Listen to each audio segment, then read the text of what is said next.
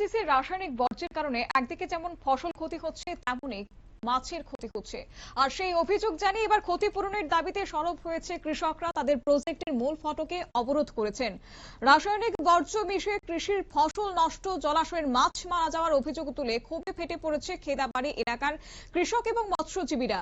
ক্ষতিপূরণের দাবিতে ওএনজিসির গেট অবরোধ করে বিক্ষোভ দেখিয়েছেন ক্ষতিগ্রস্তরা। সোনামুড়া মহকুমার খেদাবাড়ি এলাকায় ওএনজিসির ড্রিলিং কাজকে কেন্দ্র করে পরিস্থিতি সৃষ্টি হয়েছে বলে অভিযোগ। স্থানীয় কৃষকদের দাবি, প্রকল্প এলাকা থেকে বের হওয়া রাসায়নিক বর্জ্য একটি নির্দিষ্ট ট্যাঙ্কে জমা করা হয় এবং সম্প্রতি ভারী বৃষ্টির পর সেই ট্যাঙ্ক উপচে পড়ে রাসায়নিক মিশ্রিত আশপাশের কৃষি জমিতে ঢুকে পড়েছে।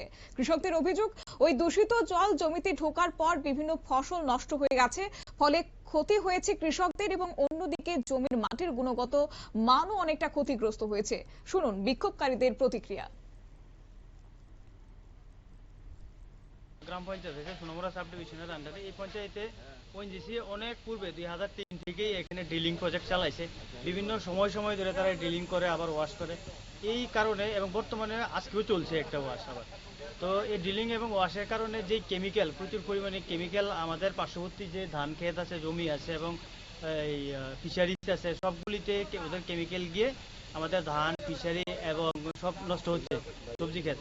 তো ওদের এই বিষয়কে কেন্দ্র করে বিভিন্ন আধিকারিককে, বিভিন্ন উচ্চপদস্থ ওএনজিসির আধিকারিককে আমরা অবগত করি গ্রাম থেকে, পঞ্চায়েত থেকে, এবং কৃষকরা বারবার গিয়ে ওদের কাছে অবগত করেছে এবং অ্যাপ্লিকেশন।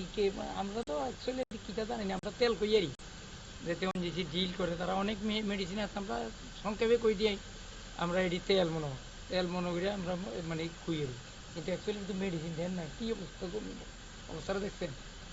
আর এখানে একটা কৃষকের মনে করেন টাকা লেবারের টাকা 700 টাকার লেবার হাজিরা, এক কানি জমি করতে কত টাকা খরচ হয়েছে চিন্তা করছেন? এই যে জমি যেভাবে মাইর গেছে, ওএনজিসির কোনো হেল্প নাই। ওএনজিসি একটা দিন কোনো একটা কৃষকের লোকের কথা পেল না। এই যে জমিটা যা ক্ষতি হয়েছে, আমরা যা ক্ষতিপূরণ দিয়ে দেবো বা একটা আলোচনা যেই তেল যাইয়া একদম ধান খেত শেষ আইলাম, তারা জানাইলাম, তার নাম আছিল ফিরোজ খান।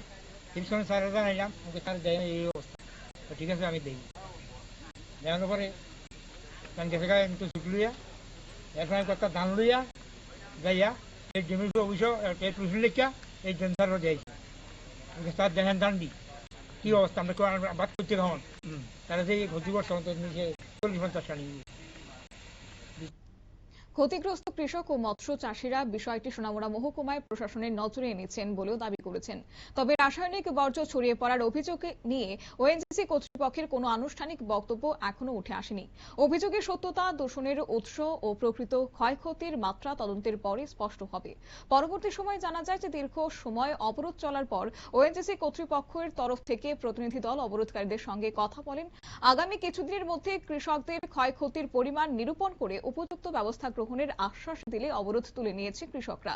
তবে এও খবর যে এই বিষয়টি নিয়ে বারবার ওএনজিসি কর্তৃপক্ষের সঙ্গে কথা বলার চেষ্টা করা হলেও এই বিষয় নিয়ে কোনো রকমের হেলদোল দেখায়নি তারা। অবশেষে ক্ষুব্ধ হয়েছে কৃষকরা এবং তারপরে কৃষকদের অবরোধের জেরে টনক নড়েছে কর্তৃপক্ষের।